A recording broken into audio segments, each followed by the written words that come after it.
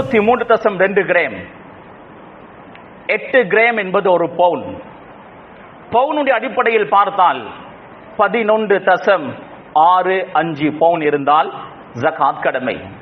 இந்த அளவு பெருமதியை நான் பார்ப்பேன். எங்களுடைய நாட்டை பொறுத்த வகையில் தங்கத்தை வைத்து பார்ப்பதை விட வெள்ளியை வைத்து பார்ப்பது மிக ஏற்றம். வெள்ளியை வைத்து பார்க்கும் போது 625 கிராம். சரியாக என்னுடைய பிசினஸை ஆரம்பித்து சந்திர கணக்கின் பிரகாரம் 12 மாதங்கள் பூர்த்தியாகிறது. உதாரணமாக இன்றுதான் பூர்த்தியாகிறது என்று வைத்துக் கொண்டால், இன்று எனக்கு ஜகாத் கடமை.